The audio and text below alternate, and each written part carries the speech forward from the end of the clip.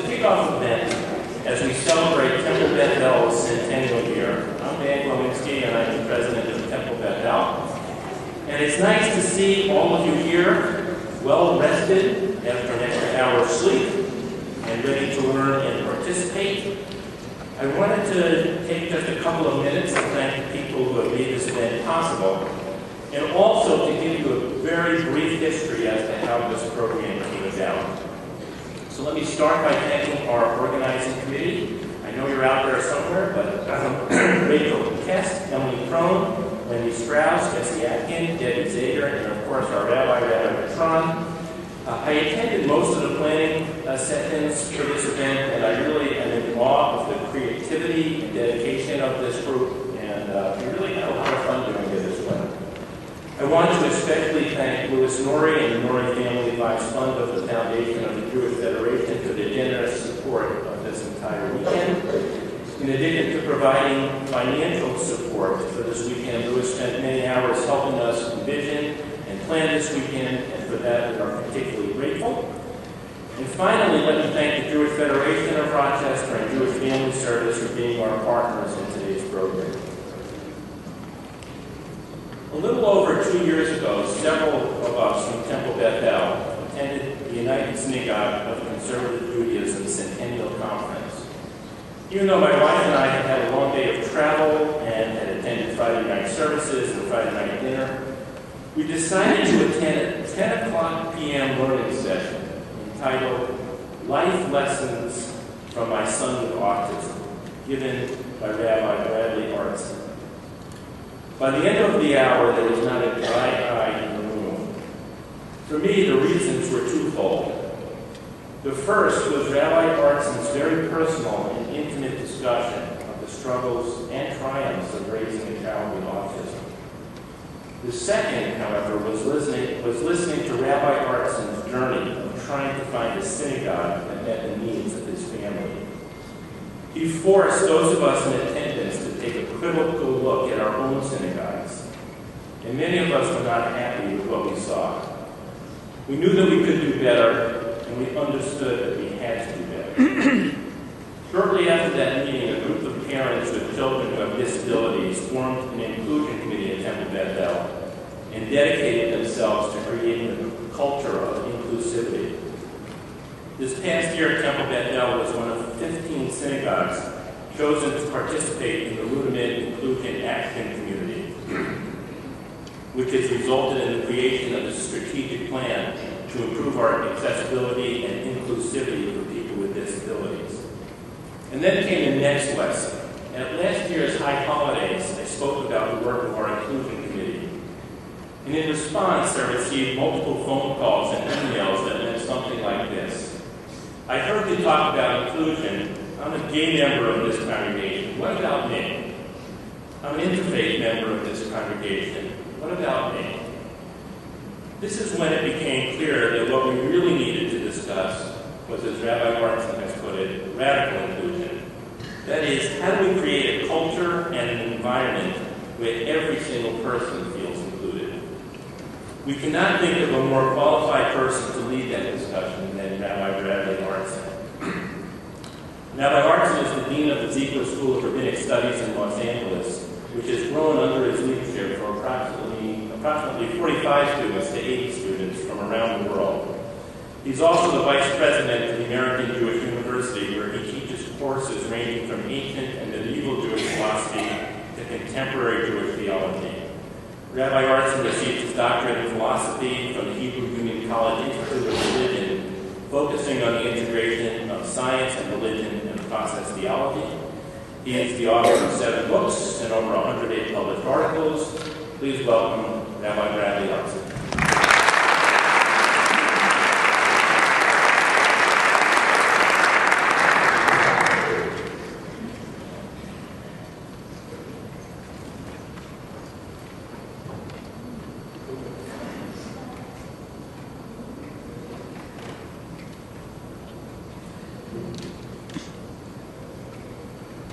Good morning, and thank you, all of you, for being here. This is a talk that's going to begin in a couple different versions. because inclusion requires that. It never boils down to a broad, overarching theory. It's always real human beings, one at a time. And are they welcome as the real individuals that they are, with their unique complexity, with their unique history, with their distinctive story? There is no such thing as just human. There's always each particular one of us in the richness of all that we are. And we either make room for that staggering rainbow of difference, and by make room I mean relish it, or we are practicing a form of exclusion. So, beginning number one.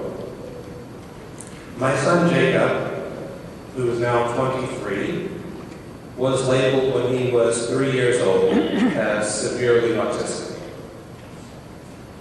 He's not the kind of autistic that most Jewish organizations make room for.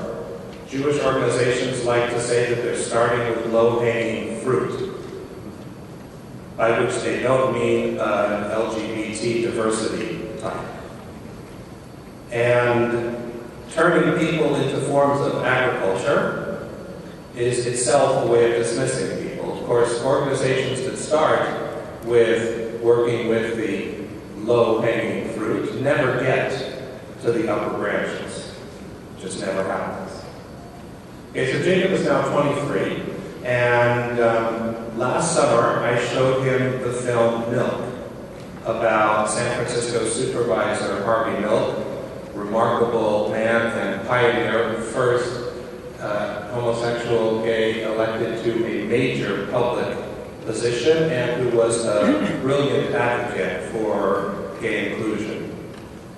And the movie starts in 1959 with a police raid on a gay bar. And my children are watching with me, and my daughter Shira, when the police arrest the guys, says, "What are they doing?" And I say, "Well, they're raiding a gay bar." And she said, "I can see that, but why are they being arrested?" And I realized, to a young person in 2015, this makes no sense. There has to be some other explanation, because it just can't be. But it was. Within my lifetime, I was born that year. At the end of the Milk movie, my son Jacob moves his hand over the buddy board. He uses facilitated communication to speak, so it's a form of assisted typing. And he types, "Abba, Milk's story is my story." And I said, "Yes, it is." And he said, "So he's not just a gay rights advocate, he's a human rights advocate." And I said, "Yes, he is." Showed him the movie about Martin Luther King. At the end of the Martin Luther King movie, he said, "Abba, this is my story." Yes, it is. He's not just an advocate for civil rights and African American dignity. He is a human rights warrior. At the end of the movie Chavez, my son, who keeps saying the same thing, because it is striking, it's the same damn story, again and again and again. How is it possible that we have to learn the same lesson again and again and again? When I was in rabbinical school, I was among the more liberal students in the conservative rabbinical school. My sister chose the week that I was going to move to New York to tell my mother that she was gay. And my mother was devastated.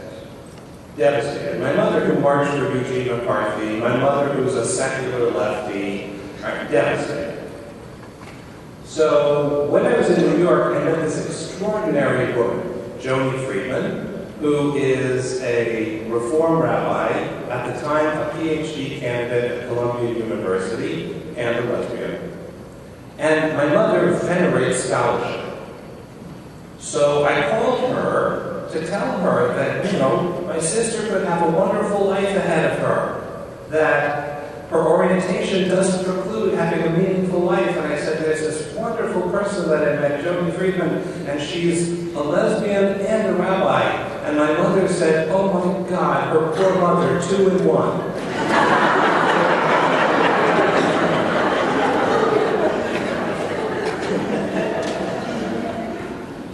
My mother is a Freudian analyst. She has no memory of that conversation. I'm sure that doesn't mean anything.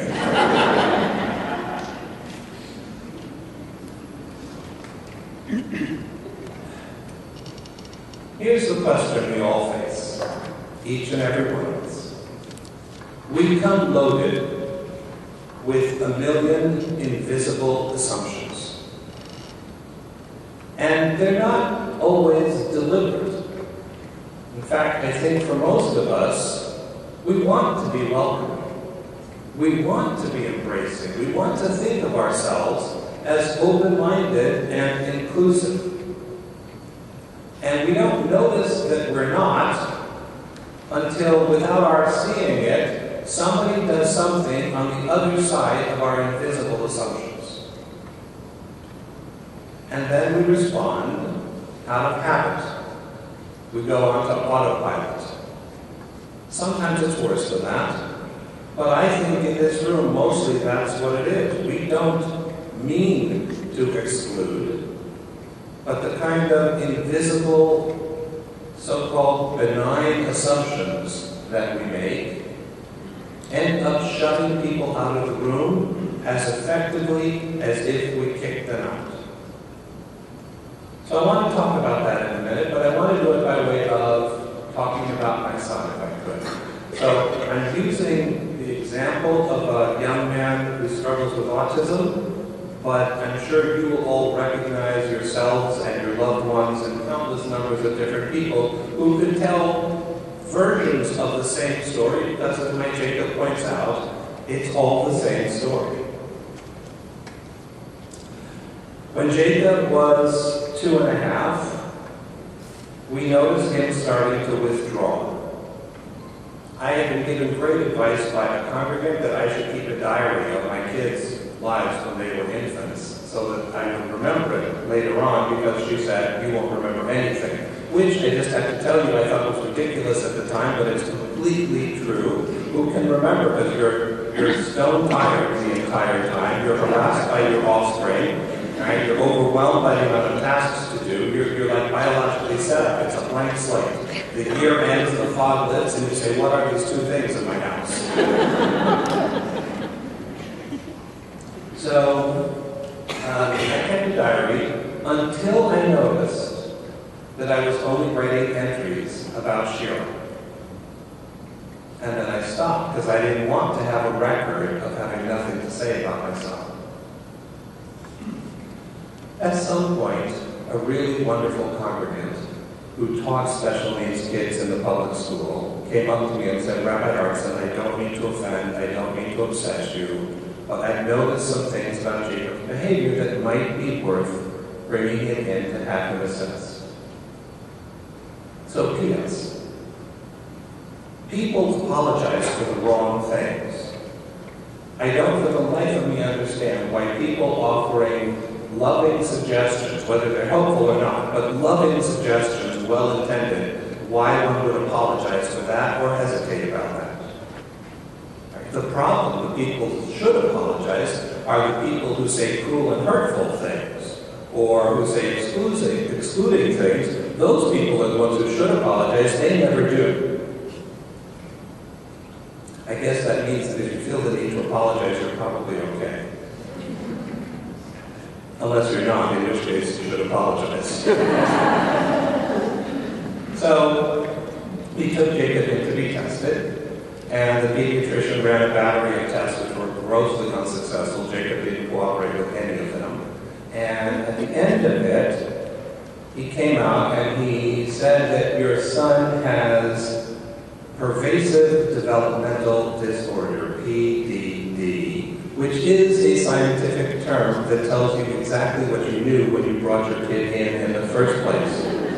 Pervasive means there's more than one manifestation. It's a developmental disorder. That means your kid isn't developing like the other kids. I know there's more than one way my kid's not developing like the other kids. That's why I brought him here in the first place. But after telling us he has PDD, he then starts to discuss what you do in the treatment of autism. And after 15 minutes, I said, "Doctor, if Jacob has PDD, why are you talking about autism?" And here I want to say, I hope this has changed in the medical profession, he didn't give us the honest answer, because he didn't want to hurt our feelings. So he said this mealy-mouthed, I don't even remember what, about PDD, and as a result, we lost half a year of treatment. Because if he just said, your kid's autistic, we'd have done something about it. But he said, PDD. So we scrounged around for what do you do with PDD. Eventually it became clear that Jacob wasn't just PDD, he was struggling with autism. It was a fairly severe version of autism. We got him into various treatments. The world of autism at the time, and this was 20 years ago, was brand new. It wasn't that long before that the regnant theory, the dominant theory about autism, was that it was caused by emotionally unavailable mothers. Can you imagine,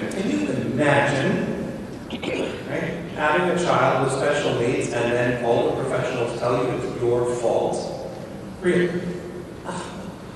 There's a special place in hell for the experts.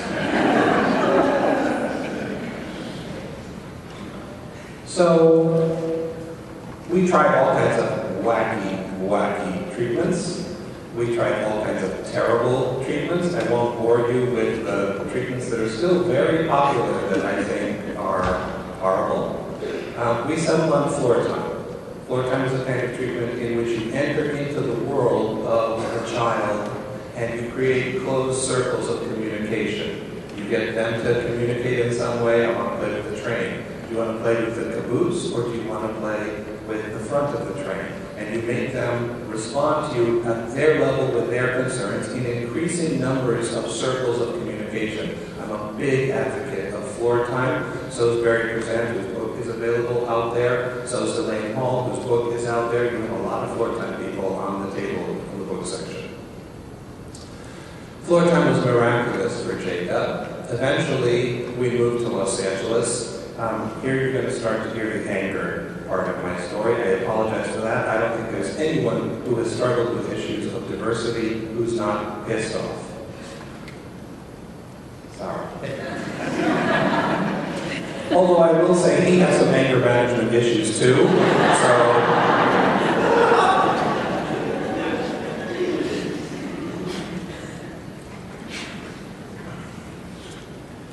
We went for our first assessment with the public school system. You know, you get the principal and the school psychologist and the teacher and everyone together for, what is it, the IEP, we get it for the IEP. My wife is a federal prosecutor, which is handy to have in the family, by the way. That's a useful thing. So she had read the entire statute book on disability law, which she had like yellow stickies in, and she had highlighted, and she just put it on the center of the table. She never touched it or referred it. She just left it there as a kind of token. That meeting went horribly. Right? Horribly because people who you assume went into education because they wanted to help kids get educated had over the years had their souls sucked out of them by the system. So that all they were doing was protecting their budget. And that's a good way to make a mom who's a federal prosecutor mad. I know from personal experience you do not want Ilana to be mad. So the best news I heard after our third meeting with them, the third IEP, I had a congregant who was a teacher, and she was at an IEP for another family that we didn't know, had nothing to do with us, and the school psychologist did not come to the meeting, which you know is, I mean, at that point you basically take the keys to the building and you hand them to the parents, they now own the school. The school principal turned to my congregant unknowingly and said, well, thank God that wasn't the arts. which made me about as happy as anything anyone has ever said to me. Right? If I can get those bureaucrats to think that we are their worst nightmare, then I have lived a meaningful life. We moved to Los Angeles in part because it would provide far more extensive services for Jacob. We joined a wonderful synagogue. I'm not going to name the synagogue for reasons that will be obvious as I start to trash it. There were two kinds of people at the synagogue. The nice people who said hello to Jacob and then ignored him for the next 3 hours. And most of the people who just skipped step 1 and went immediately to step 2. Jacob would sit in the lobby alone for 4 hours. And nobody would say a word to him. It got to the point, Jacob, I have to say, my son is the kid who loves Judaism. Jacob, every autistic kid has something that they focus on with great intensity. Jacob's object of fixation is Torah.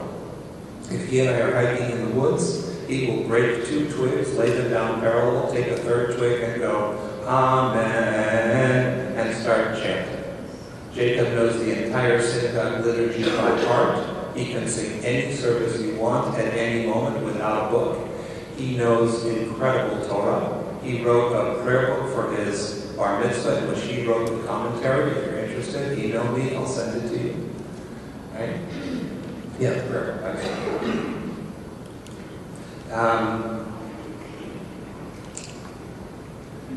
He grew to hate synagogue, which meant soon thereafter, my wife grew to hate synagogue. In addition to that, there are people whom I call defenders of the faith. Defender of the faith is someone who is zealous in enforcing every rule within Judaism, except for the rule that every person is made in God's image. So, I'll tell you the worst moment of that. I'm in Jerusalem meeting with my students as I do. The 3rd year of rabbinical school is in Jerusalem, so I'm meeting with them. I get a phone call from Ilana. It's still Shabbos in Los Angeles. She's so mad there's smoke coming out of the phone. Right? She took Jacob to the synagogue. She was given an aliyah to the Torah, which we call them to the Torah. And she brought Jacob with him.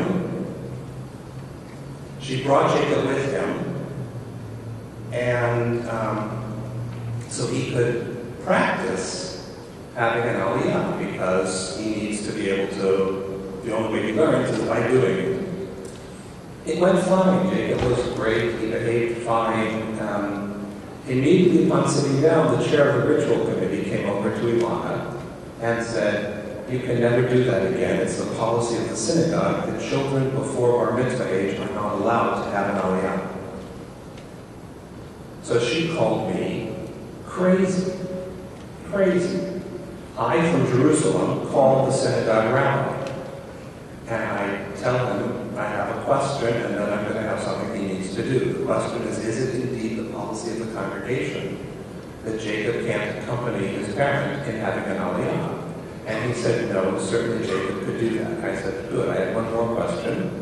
Could any special needs child have an aliyah if it helps them prepare to have an aliyah? And he said, absolutely. I said, okay, then I need you to do 2 things for me. I need you to phone the ritual chair and tell him that he had misunderstood the policy of the synagogue and that he should never do that again. And then I need a letter from you that says that I can put in my talis bag, and I'm going to carry it with me to the synagogue every Shabbat until his bar mitzvah, so that the next defender of the faith will back off. And he said, well, you're a rabbi, why don't you tell him? And I said, no, I am an aggrieved father right now. You're the rabbi of the synagogue. This is your job. Okay, but I want you to think, what is it like that every Shabbat morning when I open my talis bag, that's the prayer shawl,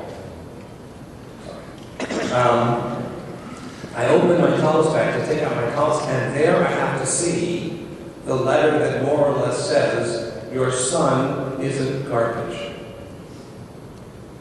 I called the religious school and asked if Jacob could participate in the religious school. My daughter desperately wanted not to participate in the religious school For her, they have room. But the religious school, which Jacob desperately wanted to be part of, said what most Jewish institutions say, which is, Rabbi Artson, we'd love to include your son, we just don't have the resources. Can I translate that to you into plain English? What that means in English is your son is not going to provide a return on the investment.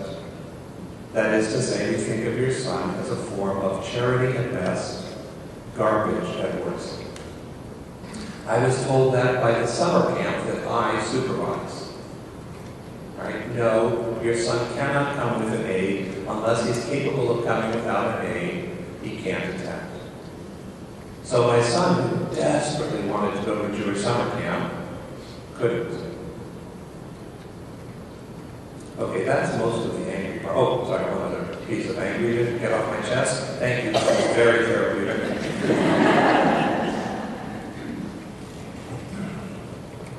I mentioned to you that Jacob loves the Torah.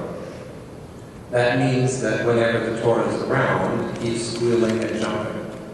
Because it's incredibly exciting. You have the most important book in the history of the world right in front of you. Who wouldn't want to jump and squeal? Right? So every time the Torah would come out, he would leap out of his chair and he would start dancing around the room. Which, I just want to remind you, is how we should feel when they take the Torah out of the ark, too. Right? So every time he would do that, some other defender of the faith would turn around, glare at me, and say, "Can't you control your son?" This happened at airports where Jacob would have meltdowns, where people would walk by, hundreds of people would walk by, and nobody would say, "Can I help you? Do you need anything?" Most people would pretend we weren't visible to the eye, they would act as though they didn't see or hear anything, which was impossible because he's lying in the middle of the aisle screaming at the top of his lungs. And those who spoke to us would say things like, "Get him out of here," or "Control him," or "You need to move," as if I didn't know any of those things. Okay. Fast forward. The Federation in Los Angeles holds an inclusion conference kind of like this. They invite all of the synagogues of Los Angeles to bring a team of people, the rabbi, the executive director, the ritual director, the education director, some lay leadership. Come to this conference, we're going to talk about inclusion. And they have a panel of experts talking. I'm the keynote speaker. My son is present too. And at the end of my talk, I say, I need to tell you, you would never have a conference on women's role in the synagogue in which all the panelists were men. That would be part of the problem. So you can't have a conference on special needs inclusion in which you don't have someone with special needs giving a talk. You can't do that ever again. And I volunteer my son, Jacob, will come to the synagogue, by the way, he will come here. Jacob will give a presentation. You need to hear from people who are self-advocates, right? They have to speak on their own behalf. Of the 50 synagogues in Los Angeles, do you know how many followed up with an invitation to Jacob? One. That synagogue was a new upstart community called Ikar. The Rabbi of Ikar is a saint called Sharon Brous. She's amazing. The music is amazing. So Jacob was their first scholarly residence. And as he was walking out, he turned to my wife, Ilana. I was doing a gig like I am now. And he typed to her, "This place is incredible. Why aren't we members here?" And Ilana said to him, "Well, I need to talk to your father, but we're going to be."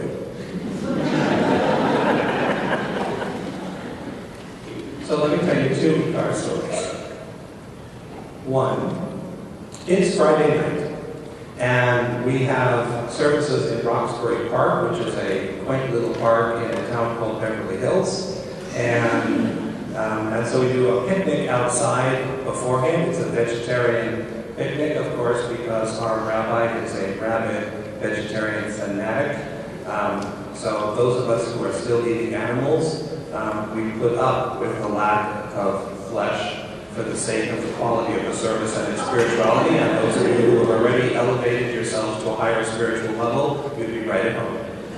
So we have our vegetarian meal, and then we go into the social hall of the park for our service, and it's really packed. I mean, it's incredibly packed. There's no extra room. And Jacob is working on staying in as long as he can. The music is pumping, and the energy is awesome. So when it's not like he just runs out, he runs out of juice, he's got to leave the room. And it happened to be that that was the moment we started the silent prayer.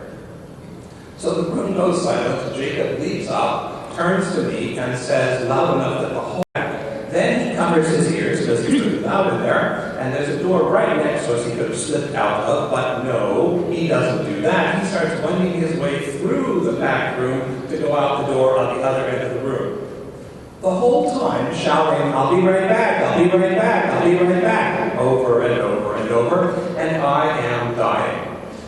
Right? Because at normal synagogues, that's the point where people turn and scowl at you. That's the point where someone defends Judaism by saying you should take your kid out, right? Or tells you what a bad parent you're being. So I'm bracing myself. I've got a knot in my stomach.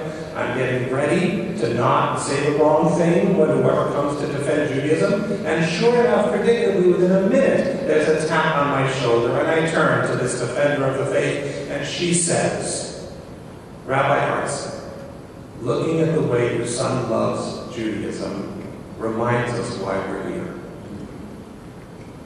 I started to cry. I turned to Alana and I said, "We're home." These people don't see Jacob as pathology. They see him as Jacob. A couple weeks later, the music is so awesome that Jacob can't stay in his seat anymore. So he pulls out of the seat and he comes right up in front of the rabbi and the cantor, and he starts dancing full-blown Hasidic dance. Right? He's channeling some Hasidic master from the 1700s. The minute the service was over, the rabbi and the cantor independently make a beeline to me and Alana to say, if we only created Ikar for his dancing at that moment, that would have been enough of a reason. That was the most spiritual thing I've ever seen. That's what inclusion is. Inclusion is you are not a pathology. And your nature doesn't make you defective. It makes you distinct. It makes you unusual. It makes you interesting and wonderful. Don't you think it's exhausting to live in a world in which we all have to fake being the same? I don't have the energy to do that anymore. I don't. Because each of us are unique. That's what Judaism says, that every human being is made b'tselem Elohim, in God's image. The Midrash Jewish legend teaches that God makes no two people identical in order to teach us that every person is of infinite worth. Going to try it. I'm good. You're fine. So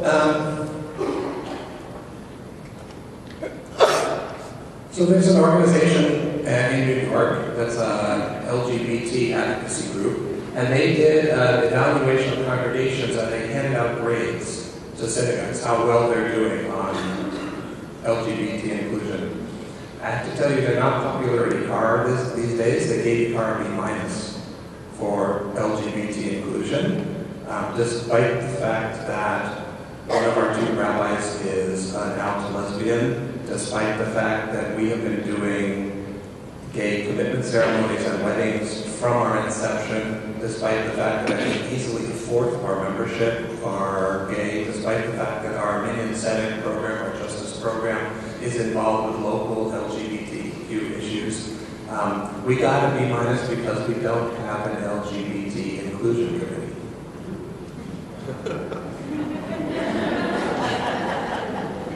Okay. Which leads me to my big point. One, It's not inclusion if someone's excluded. I want you to say that with me because we all need to practice saying that because there will be times in your life where you're going to need to say that to someone. It's not inclusion if someone's excluded. You can do better than that. It's not inclusion if someone's excluded. Okay, that means you don't get to say we're starting with this subset of people and then call the program inclusion. You can call it more inclusive than we used to be. That's fine.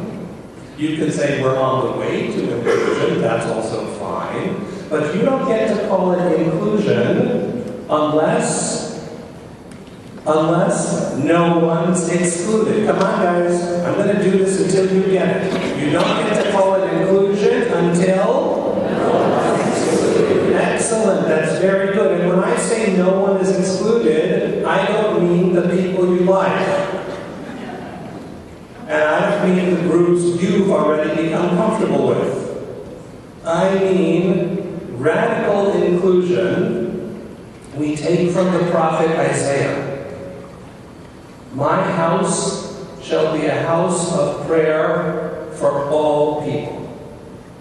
He doesn't say some people. He doesn't say Jewish people. He doesn't say straight or gay or bi or trans people. He says, my house shall be a house of prayer for all people. And Isaiah is not speaking for himself. He's channeling the big one. Right? That's God's word on the subject. A house for all people. Okay, so it's not inclusion if someone's excluded. 2, because I know there are a lot of professionals who just got a stomachache there.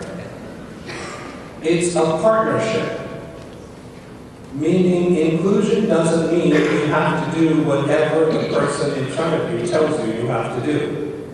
You have to have a conversation. So we spent years taking Jacob to the movie theater, for example, and learning not to kick the chair in front of him. And if he couldn't stop kicking the chair, we took him out of the theater. Inclusion doesn't mean you have to put up with having your chair kicked. But you have to be willing to let someone learn. You have to be willing to not see them as worthless because they're learning how to socialize properly. Jacob can now go to movies with the best of them. He can fly on a 5-hour flight with the best of them. That didn't used to be true. So we need to make room for others to learn and for ourselves to learn. One of my watchwords is just because you're the parent of a special needs child doesn't mean you're not a jerk. That's true for any labeled group. Just because you are a fill-in-the-blank doesn't mean you're not behaving inappropriately here. But it means we have a conversation. Tell me what you need. Here's my concerns about that. Let's talk about how we can reach a partnership so that everybody gets what they need. Can we do that? Can we make that happen?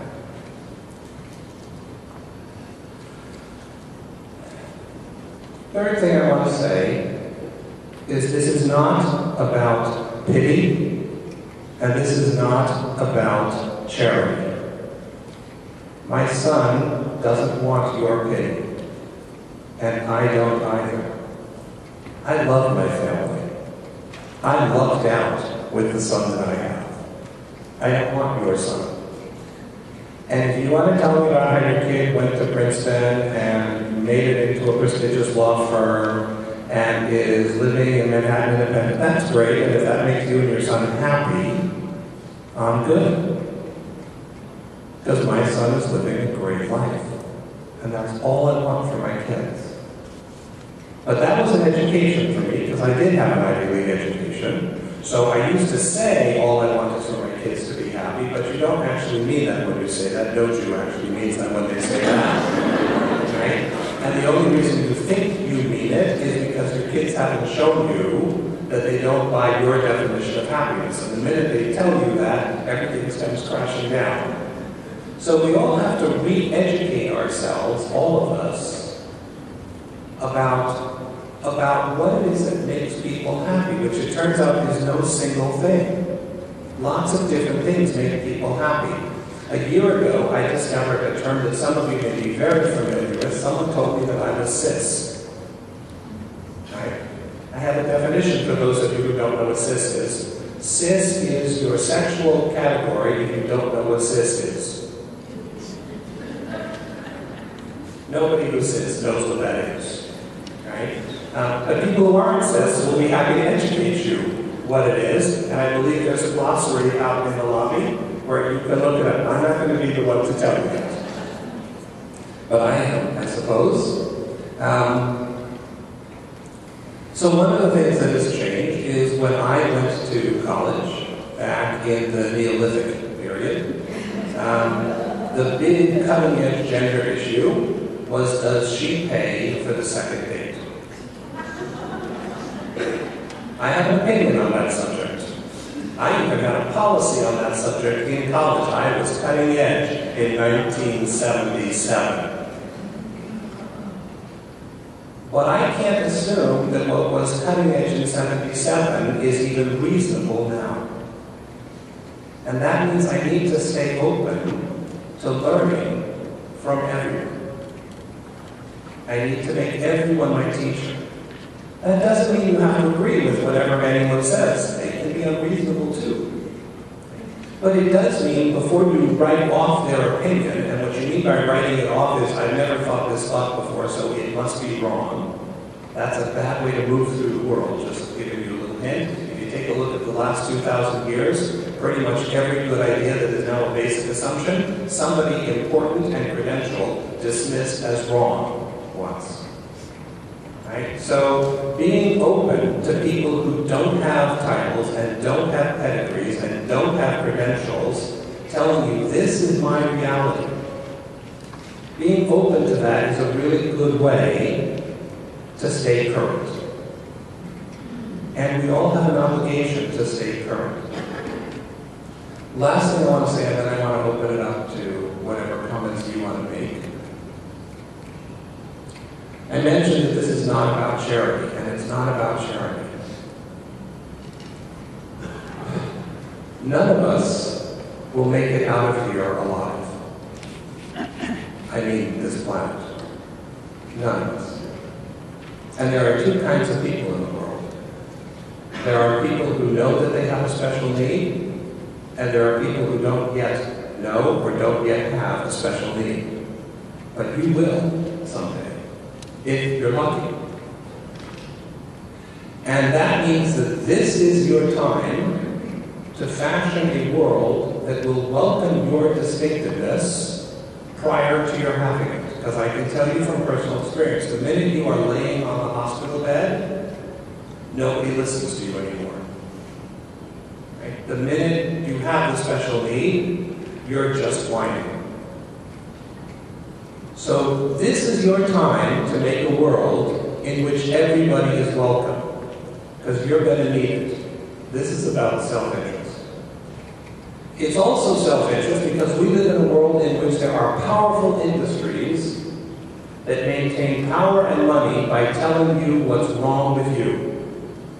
You're too fat, you're too thin, you're too male, you're too female, you're too trans, your hair's the wrong color, or the wrong shape, or you don't have enough of it, or you have too much of it. Do you know that there are people with thin hair?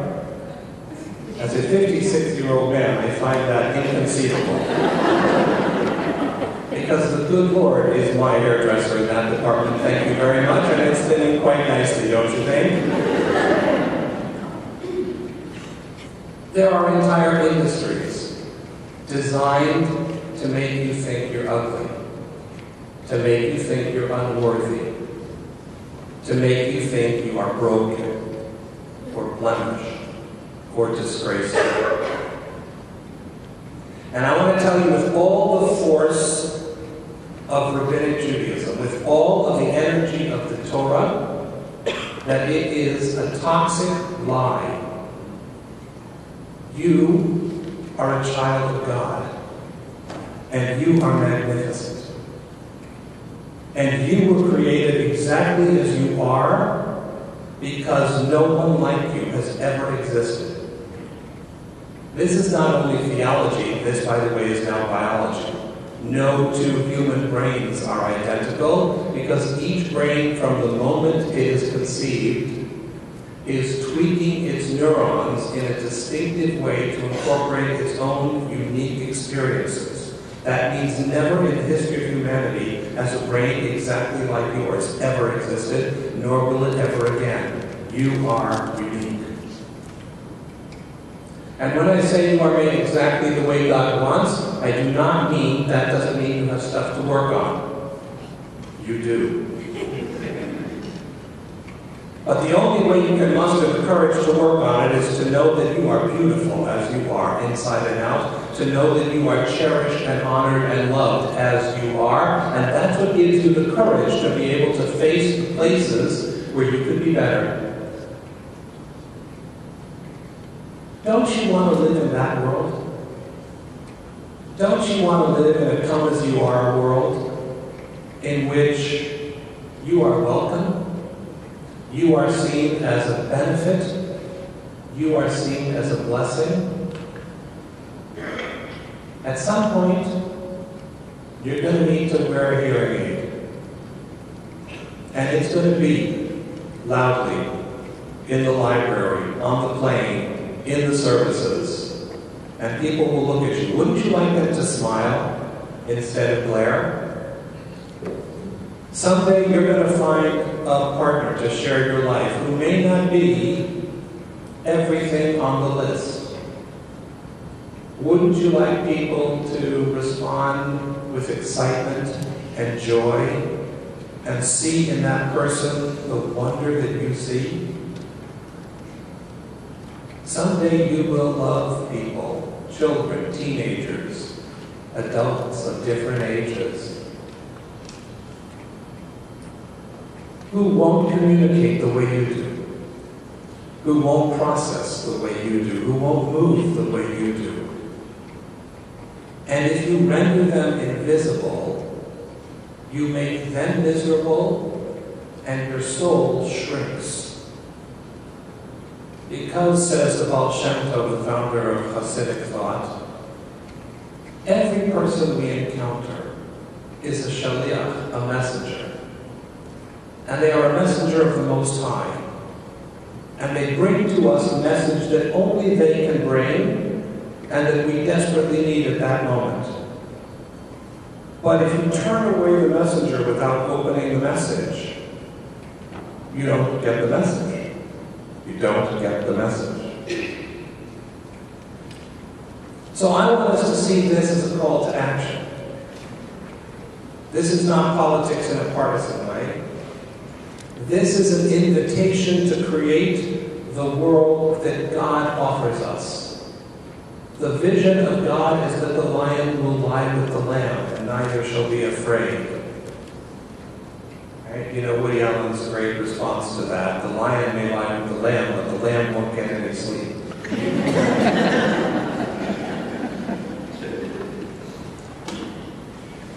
There are too many lions out in the world waiting to shred the sheep. And we are all of us sheep in someone's eyes. But if we band together, I have seen antelope chase lions away when they refuse to be set into separate categories. Not my problem, I'm a buck, I'm not a doe. Not my problem, the lion's over there and not over here. No. When the antelope say, okay, no lion is touching any of us without it being my issue, then the lions back off. So I want to invite us to stand arm in arm together. I want us to create a holy cadre of soldiers in God's army of radical inclusion. Nobody excluded, nobody marginalized, everybody welcomed, no exceptions. Thank you.